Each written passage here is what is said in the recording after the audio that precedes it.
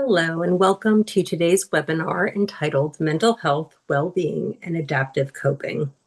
My name is Catherine Marone, and I am the Social Work Director here at the World Trade Center program at Mount Sinai. Members of the World Trade Center Health Program are managing multiple medical and mental health issues due to their work in the rescue, recovery, and cleanup effort. Our program focuses deeply on the belief that emotional states are intertwined with physical health and that one directly influences the other. An approach to care based on treating the whole person means that health and wellness are addressed in a holistic, comprehensive way that goes beyond a person's immediate physical symptoms. Today's webinar will focus on emotional well-being and will provide an overview of common mental health concerns among 9/11 responders, followed by discussion of adaptive coping, and will include real-time practice of strategies for managing stress. It is my pleasure to introduce our speakers for today. Amy Cushing-Savvi is the Assistant Director of Social Work at the World Trade Center Health Program here at Mount Sinai. She has worked in various social work roles within the program since 2010, including mental health monitoring and treatment, supervising clinical staff, as well as program development. She co-designed a psychotherapy group called Coping and Wellness that aims to orient program members to the mental health impacts of 9/11 while teaching coping skills. Amy has facilitated various educational wellness and resilience-focused seminars to groups both in and outside of the World Trade Center Health Program. And also Jaquala Montalvo, who is a social work supervisor, who started with the World Trade Center Health Program in 2020, providing monitoring services for members. Throughout her years in the program, she has taken on various roles, including providing case management services, as well as mental health treatment services. To advance her own knowledge of trauma-informed interventions, Jaquala has been formally trained in multiple therapeutic modalities, such as cognitive behavioral therapy for insomnia, dialectical behavioral therapy, and meaning-centered psychotherapy, just to name a few. Once again, thank you for joining us today, and I hope everyone will enjoy the presentation. There will be time at the end for Q&A that you can type into the Q&A area of your Zoom. And now I will be turning things over to Amy and Jaquala. Thank you. Thanks so much, Catherine. We're really happy to be here with you today to engage in a discussion about how mental health, well-being, and coping all relate to each other. As rescue and recovery and cleanup workers who responded to 9/11, we come from a wide range of life experiences, professions, and backgrounds, but share the common thread of having lived through and been directly impacted by a life-altering experience. The topic of the mental health of our responders is one that's close to our hearts as social workers and therapists at the World Trade Center Health Program. When we use the term mental health, we're referring to emotional, psychological, and social well-being. We want to emphasize that mental health is part of everyone's makeup, just like your physical health. And sometimes we're in good shape. Sometimes there are challenges that need to be addressed, some of which we'll speak about today. Our mental health is directly connected to our overall well-being, and there are a lot of different behaviors, habits, outlooks, or strategies that give us the ability to positively impact this domain. Our hope is that you leave this webinar with some food for thought about this topic, and maybe with some ideas about ways that you might bolster how you take care of yourself.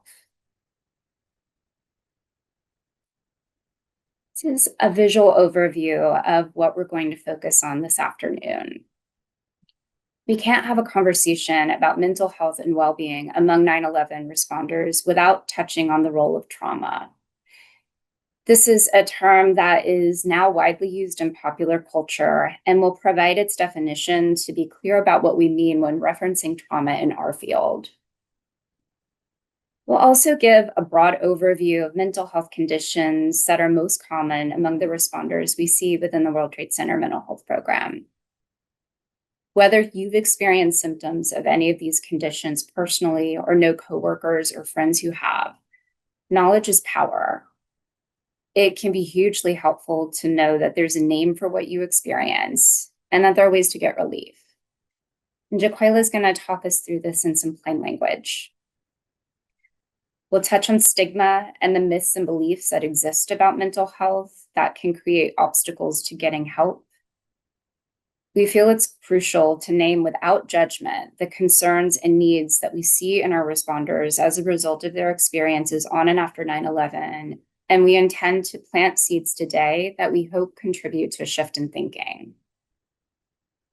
And then we'll talk broadly about approaches to getting relief, whether in the form of formal mental health support or by building on or adding to how you cope with the stresses of life already. With that in mind, we'll focus on adaptive coping, which includes an array of strategies or skills. We've incorporated a couple of techniques that we'll practice together and will ensure that everyone here leaves knowing how to connect with our mental health team if and when needed. I'll now turn it over to Jaquala. Thank you, Amy. So stated by Amy, we'll start today by asking, what is trauma? On this slide, we see a very formal definition of trauma, defined as an exposure to actual or threatened death, serious injury, or sexual violence in one of the following ways. Directly experiencing a traumatic event applicable to those that were in the towers or the surrounding area on the day of 9/11, witnessing the traumatic event, such as seeing the planes hit the towers or the tragedies that followed, learning that the event happened to a close family member or friend, such as the knowledge that a loved one was exposed to the attacks of 9/11, and or experiencing firsthand repeated or extreme exposure to aversive details of the traumatic event, such as having a close one tell you detail by detail of the 9/11 events over and over again. There is no doubt that 9/11 and countless other tragedies, such as public shootings, sexual or physical attacks, and natural disasters can be defined as traumatic events. And in our program, we are meeting with those who directly experienced or witnessed not only the events of 9/11, but engaged in the recovery process entailed afterwards, which was also very traumatic. Yet, it is very common in my work as an intake clinician for me to come across responders who, despite being part of this program for their work, will downplay the trauma they experienced because they were not cops, EMTs, or firefighters. I want to preface that trauma is not owned by any particular profession. In this program, we see all who stepped up on the day and the days that followed, and it was as traumatic for them as it was for the first responders. And part of healing is acknowledging and respecting your pain, no matter how much or how little you saw that day and the days that followed. Now, having experienced or served as a witness to 9/11 or the recovery process does not necessarily mean each person responded or processed the attacks in the same capacity. People respond to trauma differently. Their journey to coping and managing the status of their mental health after experiencing a traumatic event will differ and can at times be influenced by your past. Trauma cannot be isolated. We are whole people with different paths and stories that provide insight into who we are. It's very common that trauma exposure could have occurred pre and post 9/11, which can have a significant impact on how trauma is processed. It's not uncommon for those experiences to present themselves in our work with responders, and it plays a role in how we assess and guide our patients. Now, what are the common conditions seen by our clinicians, and how do we assess for them? For about 4 years, I've been running a group in our program titled Coping and Wellness. It's a short-term group and focuses on educating those recently diagnosed with a 9/11 related mental health condition on what a mental health condition is, symptoms to be aware of, and how to slowly begin to manage them. A condition often diagnosed and most often heard of is PTSD, or post-traumatic stress disorder. However, people aren't always sure what having PTSD means. In group or other settings, I often get asked, why did my assessment lead to this diagnosis? Now, please note each mental health condition is identified by its own set of symptoms and the duration and continued impact of those symptoms. For example, There are 4 broad categories we are looking for when diagnosing PTSD, such as whether a person is reliving the event, which can be in the forms of nightmares or flashbacks, avoiding reminders of the event, such as avoiding crowds or Lower Manhattan, having negative changes in beliefs and feelings, such as the thought that the world is solely dangerous and full of dangerous people, and feeling keyed up, which can include having trouble concentrating, irritability, or experiencing insomnia. But there's a lot more to it, and it's important to state that symptoms for mental health conditions can often overlap or be unlike the common symptoms we've come to know, making it difficult to often identify what condition is presenting and if there are multiple conditions being experienced. While a symptom such as avoiding planes may come across as fairly obvious, I've had patients who present with difficulty seeing a clear blue sky or eating toast because the crumbs remind them of the dust on that day. Also, these symptoms may have been present directly after responding and gone away with time, been present for many years but unmanaged, or come up 20 years later for the first time for one reason or another. Diagnosis that we see on this slide here, adjustment disorder, is often diagnosed when a person comes to our program noting their emotional struggle coping with a recently diagnosed health condition, such as, but not limited to, cancer or COPD. Health conditions are already incredibly difficult to manage, but when a connection is made between that said condition and a tragedy you either chose or were told to help with, many complicated emotions might arise, and that's completely normal. Just because some responders experience these listed conditions, it does not mean that every single person in our program does. This is just a brief overview of the conditions that we often encounter at our program. Some of you may have very well already found a way to process this experience in a healthy way, and it lives with you differently than it may for another person, and that's okay. I also want to state 9/11 was sad. It's important to share that solely feeling sadness when simply thinking about 9/11 is completely understandable and very normal. Sadness over an event that was sad does not mean something else is happening. Does not mean you're dealing with a mental health condition at all, which is why it's important to not diagnose yourself. Be open to meeting with a professional to gain a better understanding and perspective of how this traumatic event may have individually impacted you, and know there's not one right way to manage it. So a clear sign that sometimes our symptoms are much more than sadness is if they're impacting our ability to function, to support our families, do our jobs, just be present with ourselves. But outreaching for the help you need can often be difficult due to the stigma that is unfortunately related to mental health. Certainly in the worlds that many of our responders come from. So I want you to take a moment and look at some of the quotes on this slide. Have you said them? Have you heard them? Have you believed them? It's okay if your answer is yes to all of these. Unfortunately, our society has not necessarily been kind to those struggling with their mental health, despite the staggering amount of people encountering mental health difficulties, which is why it's very common for me and the other presenters here to see 9/11 responders admitting to their mental health difficulties for the first time once they have retired or once it has become so debilitating they can no longer deny it. But it's never too late for us to ask for help, and you are far from alone if you decide to ask for it now. So, what are some ways we can address and minimize some of these stigmas to make it a little bit easier to ask for that help? Talking, being honest, being in community. One of the most beautiful things about having led coping and wellness for the last 4 years is hearing some of the quotes stated above.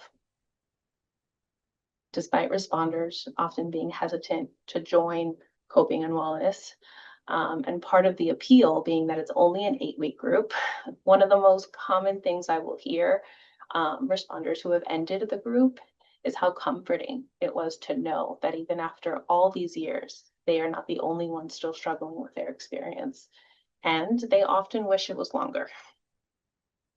They enjoyed being with others who saw them, heard them, and understood them. Talking is so incredibly powerful and is unfortunately far too common for trauma and adulthood to lead us away from the community that can support us. But that is how we fight stigma, not necessarily by having to be diagnosed or join individual or group therapy, but by being honest about your experience, about how you feel. It's so critical to normalize these conversations and raise awareness.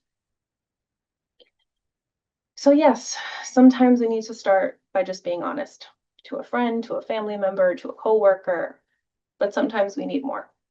And there are multiple avenues to receiving the help you need if your feelings are proving to be stressful and impacting your day-to-day living. This can include, but is not limited to, formal mental health services, such as individual therapy, group therapy, such as coping and wellness, or a multitude of other groups that we provide at this program, and or medication. People may also engage in interventions such as peer counseling, where a trained individual with a shared experience may provide guidance and support. I have often found, understandably, that many of our first responders find comfort in being led by another first responder who has learned to manage their own mental health condition. And that's okay if that's where you need to start. People can also engage in spiritual guidance, where a trained individual may provide support more closely related to somebody's faith. You can also choose to individually work on increasing coping mechanisms and building resilience and capacity to process your difficult symptoms or emotions. While doing this with support can be incredibly useful, it's important to note that interventions such as individual therapy and counseling do require an ongoing commitment that can at times be seen as an extra burden during stressful periods. And we have to be honest with ourselves about our ability to engage in these services in a way that is more helpful rather than an added chore. We have to truly be able to evaluate how is it that our symptoms and our feelings are impacting our ability to engage and enjoy life. And sometimes just take a moment to determine if asking for that help will be more of a burden or the help that we need. At times, we're in a place where symptoms may be manageable enough to lean on a friend or learn coping skills on our own time, while there may be times where prioritizing receiving help makes us more of a capable person for our careers, our loved ones, and ultimately for ourselves. So on that note, sometimes we need to start simple. We can start by incorporating tools like the one I'm about to walk you through. So please note, not all tools will work for each person, either because of preference or ability. The exercise we're about to do incorporates breath, and breathing for many of the patients in our program can sometimes prove to be very difficult due to the vast respiratory issues our patients may have. So I want you to adjust this exercise as you need to, by simply observing or by adjusting the depth of the breath you take or for how long you take it. With that said, the following is a very simple breathing exercise that you can use to help bring you back to the present when you are starting to feel stressed. Box breathing is a useful relaxation tool that helps bring breathing back to its normal rhythm when anxiety, stress, or other difficult feelings come up. Main goal of this technique is to clear the mind and increase awareness of what's happening in our bodies. It's also known as resetting your breath or 4-square breathing. People with high-stress jobs, such as police officers, Navy SEALs, have learned this practice or others like it to help bring them back to a focused place in high-stress situations and when their bodies might be in fight or flight mode. Before we do this exercise, I want to briefly explain it and walk you through it. First, I'll ask you to inhale for a count of 4, pause and hold for a count of 4, exhale for a count of 4, pause and hold for a count of 4. And we'll repeat that a few times for you to get into a rhythm. As I guide you through this, it may help to imagine a soothing photo or an image of a place in the world like a beach or a sunset, anything that brings you peace and comfort. Okay. So I will ask those of you who can participate to please sit with your back supported in a comfortable chair and your feet firmly planted on the floor. You can choose to close your eyes or fixate them on a certain point in the room and listen to my voice as you follow along. Inhale in, 2, 3, 4. Pause and hold, 2, 3, 4. Exhale out, 2, 3, 4. Pause and hold, 2, 3, 4. Inhale in, 2, 3, 4. Pause and hold, 2, 3, 4. Exhale out, 2, 3, 4. Pause and hold, 2, 3, 4. Again, inhale in, 2, 3, 4. Pause and hold, 2, 3, 4. Exhale out, 2, 3, 4. Pause and hold, 2, 3, 4. One last time, inhale in, 2, 3, 4. Pause and hold, 2, 3, 4. Exhale out, 2, 3, 4. Pause and hold, 2, 3, 4. Take a moment. Please return back and notice how you feel in this moment. You may feel more relaxed, or you may feel the same, and that's okay. Again, this is a simple tool that we encourage you to use during times of stress, and you can be flexible in using this technique. You may choose to count to 3 instead of 4, or you can choose to use your phone as a guide if having a physical representation is easier. I hope you found this exercise helpful and a tool that you can take with you anywhere that you happen to be. Amy will now dive deeper into the world of coping with your symptoms and how to actively increase and work on those skills. Thank you, Amy. Thanks so much, Jaquala, for leading us through that exercise. It's very conveniently placed in the middle of our presentation. I get really anxious while we're presenting and notice my chest tight. So I find focusing on the breath to be very powerful and helpful every time I do it. Box breathing is a great example of an adaptive coping strategy, which takes us into the next part of today's discussion. As Jaquala mentioned, the coping skills that we'll discuss today are not necessarily one size fits all, and they do take practice. Some of them are multiple steps. Different approaches work differently for different people. So today we're hoping to give an overview or samplings so that you can take away the expectation to absorb or retain or relate to everything that gets suggested. But rather, we want to encourage you to just be curious and listen out for the pieces that resonate with you. But first, what is coping? This is another word that you've likely heard in a lot of different contexts. You might use it yourself. And for today's purposes, we're defining it very simply as how we respond to stress. Everyone here copes, whether this is conscious or unconscious. All of us are coping with day-to-day stressors. Some of you may be coping with day-to-day stressors and with symptoms of post-traumatic stress or a complex medical challenge. And some of you may be managing a whole spectrum of stressors. Take a minute to think about how you respond to stress. What do you do to change gears at the end of a tough day? Or to cool off after a disagreement? You may not always be aware that you're using a coping strategy. Sometimes these are very automatic, like looking away from a needle when getting blood drawn if needles make you queasy, or listening to music that matches with your mood. What coping strategies we use or find helpful is also very distinct and personal and can vary greatly from person to person. Sometimes the strategies we use to cope can be adaptive or positive, which means that they're helpful or effective, like taking a walk after work or spending time with family or friends to feel more connected.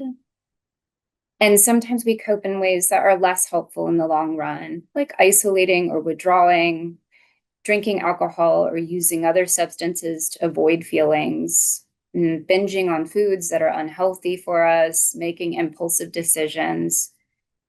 We all have some of these as well. I want to also point out that some ways of coping might work well in one context and be less helpful in another.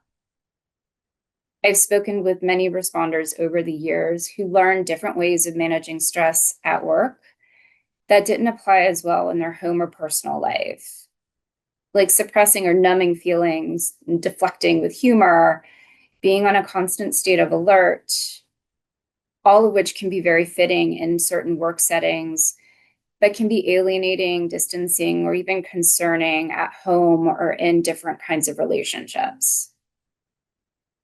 Today, we want to highlight coping that helps both in the long and the short run, and that fits with what's needed in the current set of circumstances.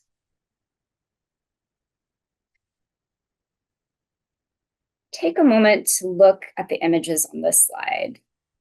This is a visual array of a few different domains of coping. You see things that are tending to your health or through exercise or nutritious food or getting good sleep, to connecting with friends, or maybe engaging in reflective practices like meditation or a spiritual practice.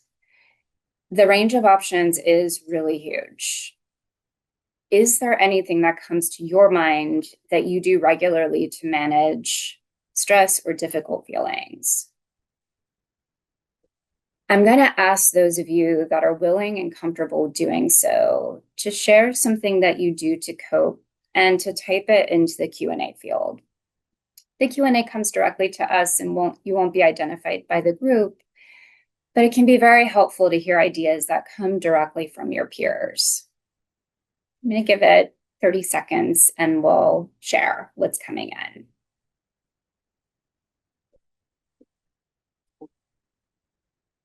So I'm seeing walking. I love walking. Showering. I'm seeing fixing my motorcycle. Walking my dog. Sitting on my terrace. Going to AA.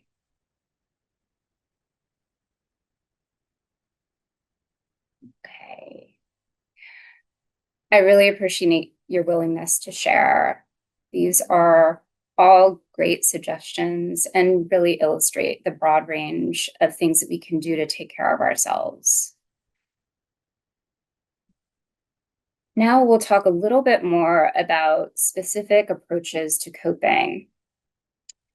I'm going to reference a framework developed by two psychologists, Richard Lazarus and Susan Folkman, who noted that coping tends to fall into two broad categories: problem-based coping and emotion-based coping. Problem-based coping is really just what it sounds like. If you can identify the problem or the source of stress, and it's changeable, you focus on taking steps to fix or improve it. A very simple and maybe concrete example of this would be if you have a toothache, scheduling an emergency dental visit, and then maybe taking a pain reliever to help you get through until you see the dentist. It would probably be less effective to try to manage the pain by talking to a friend. So the approach needs to match the circumstances. So what happens when the problem or source of difficulty isn't something that can be fixed or changed? Or if our emotions are too hot or too cold for us to even think about problem solving? Emotion-based coping strategies are those that we use to change our feelings in response to a problem, when the cause of the stress or the negative feelings can't be changed, or when you don't have the resources to problem solve right now. Life is full of stressful circumstances like this that we can't avoid or don't have control over, and we have to find our best way of dealing with that. It can range from being affected by what's going on in the world around us that we feel we have little power over, to dealing with grief and loss. 9/11 is a profound example. Our ways of coping with the hardships thrown our way that we don't have the power to change need to be more focused on how to best take care of our emotional well-being in the face of those circumstances. So I'd like you to take a moment to think about whether there are any situation you're managing in your life that one or the other of these approaches apply to, or maybe both.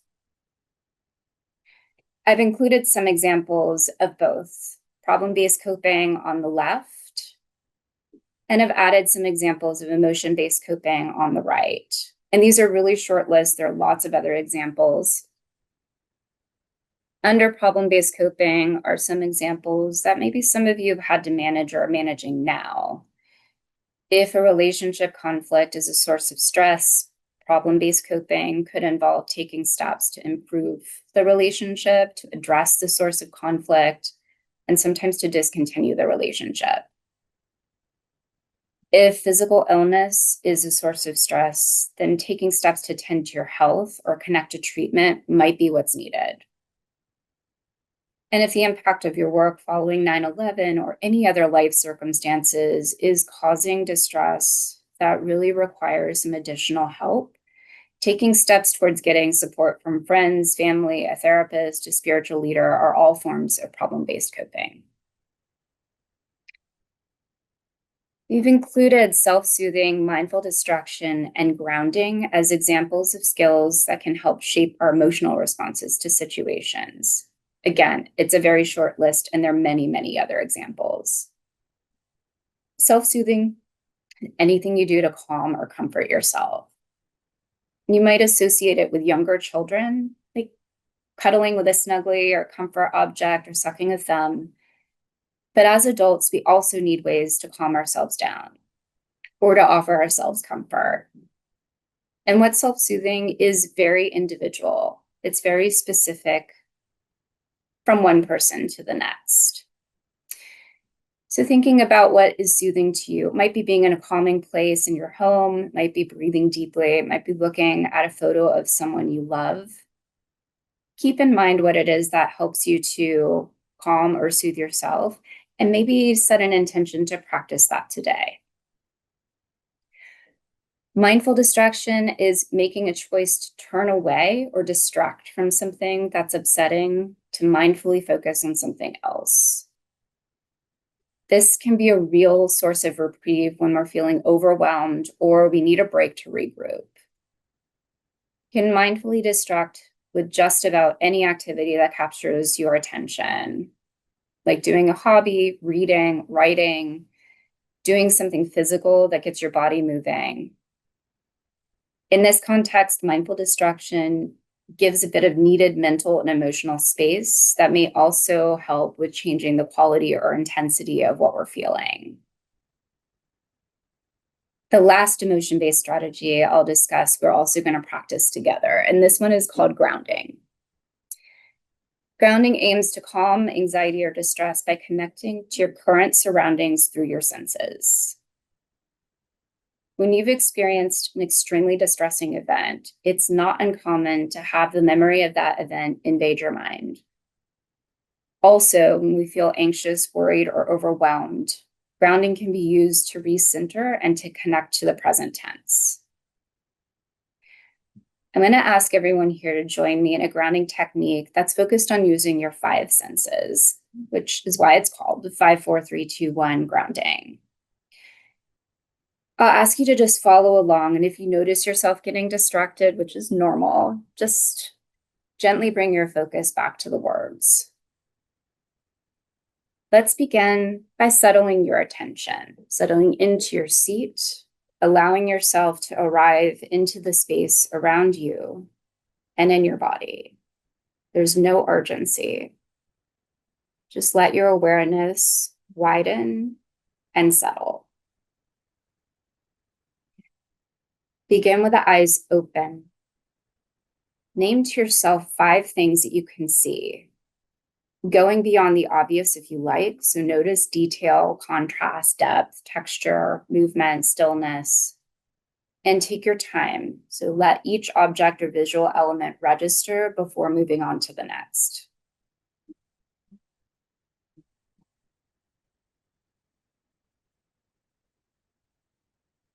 Now shift to physical sensation. Identify 4 things you can feel.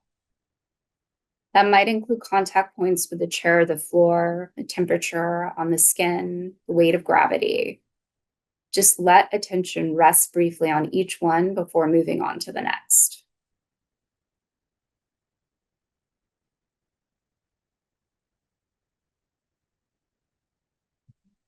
Now move to hearing. Notice 3 distinct sounds.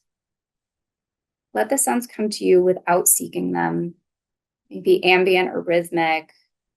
Include both sound and the space between sounds.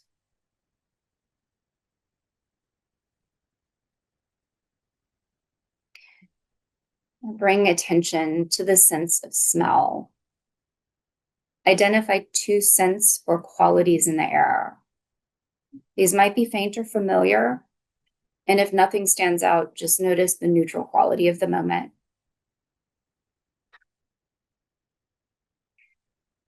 And now the sense of taste. Notice one thing that you can taste. Maybe the lingering trace of food or drink, or the natural taste of your mouth, or simply the absence of anything distinct. Just observe.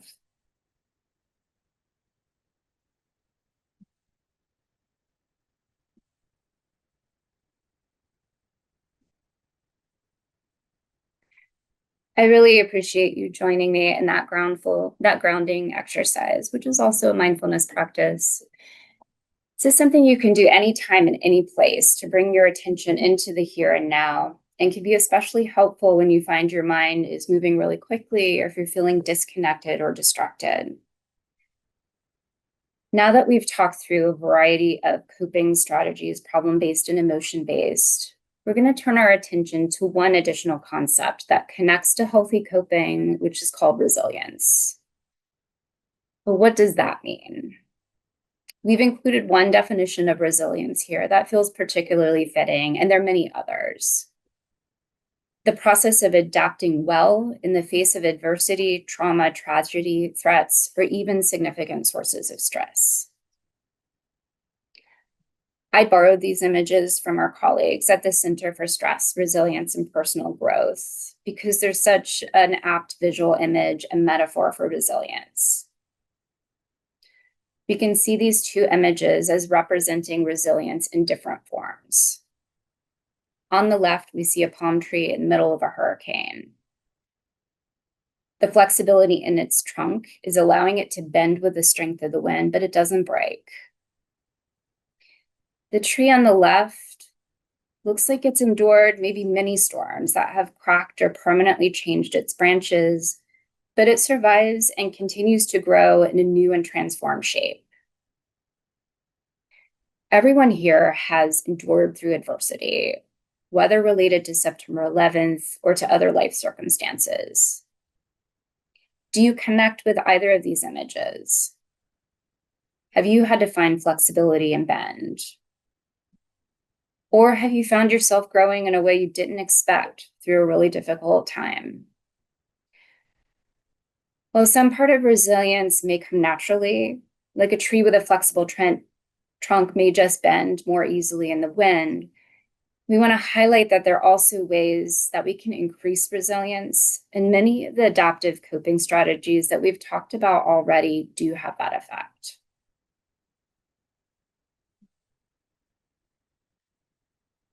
What we're looking at here is a sampling of other resilience building behaviors, some that overlap with things we've already spoken about, that you might connect to.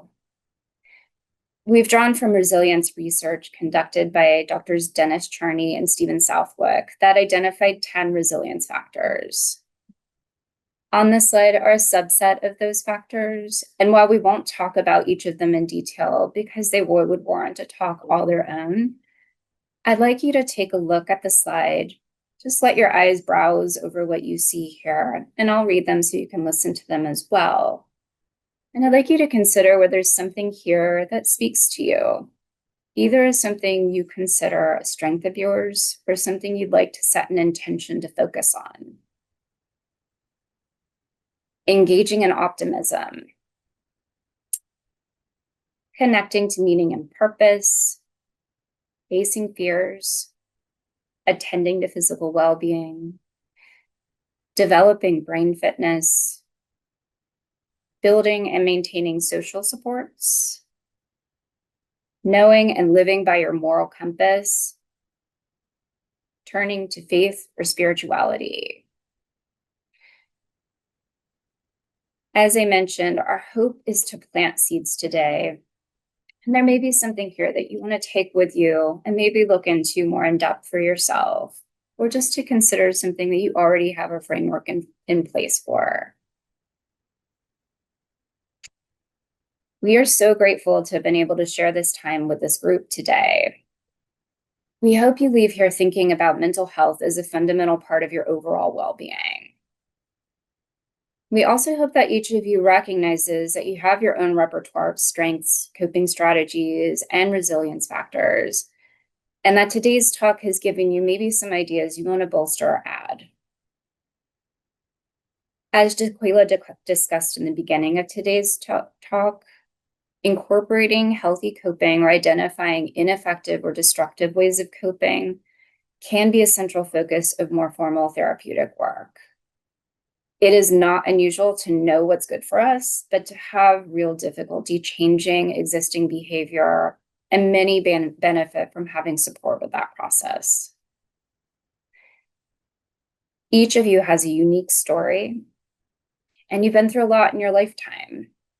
It takes courage and strength to ask for help when going it alone isn't working. And as we've discussed today, there are many ways of getting relief. With this in mind, Jaquala is going to talk about ways to connect with mental health support through our program and in the community. And thank you, Amy. It was wonderful. So if you are ready to join our mental health program, how do you do it? I want to start off by clarifying, as it is often a point of understandable confusion, your yearly monitoring visit is not the same as engagement in mental health services. The social worker you are assigned to see once a year changes, and they are often there to determine, does this person need more and would they benefit from being seen at our clinic? Now, everyone who is part of our program is entitled to complete a mental health intake or a formal assessment to potentially join our mental health program and have your services covered. And you can be referred to do so in one of two ways. Either outreach the program using the numbers that are listed on this slide at any point during the year and request to speak to a social worker. Or you can request to speak to a social worker during your yearly monitoring appointment, and a referral can be completed there. You are also welcome to inform any of the medical professionals you meet with during your monitoring appointment that you would like to be connected to a mental health professional. During your initial assessment, the mental health professional you are seeing will be determining if your presenting symptoms are related to 9/11. If a connection is determined, an appropriate plan will be discussed with you by the clinician who completed the assessment. If for any reason you have any doubts about whether your symptoms are connected to 9/11 or not, we highly encourage you to ask for the referral. If they are, you can receive the help you need with our program. And if they aren't, you can be connected to one of our wonderful case managers to help guide you in the right direction to address symptoms that are not 9/11 related. Now, in the event you are not yet ready to explore services directly with us, we've included a resource on this slide to help you connect outside of our program. NYC Well offers access to a counselor via text, live chat, or phone who will be able to offer immediate support and provide guidance on ways to connect to ongoing support. This is a service that's available 24/7, 365 days a year. The website, also seen here, contains a wealth of information about wellness and coping, as well as a database to search for services by area. We've also included hotlines that can be outreached. The National Suicide Prevention Hotline, in which you can call or text 988 or chat to 988lifeline.org. You can also text GOT5 to 741 to be connected to a trained crisis counselor. Please outreach if you need the immediate help. And once you ask for that help, professionals can determine which next steps can be taken to further guide and support you on your mental health journey. I would now like to take a moment to thank you all for joining us today. This next screen, you'll see information about our upcoming webinar, and we'll take some time to engage in a Q&A. We encourage you to ask any questions you may have if time allots, and we will certainly answer as we can. Thank you again. We really appreciate everyone's participation here today. And we hope that you found pieces of this to be really useful to you, or things that you can take with you and make use of outside of our session. So take really good care, everyone. Thank you.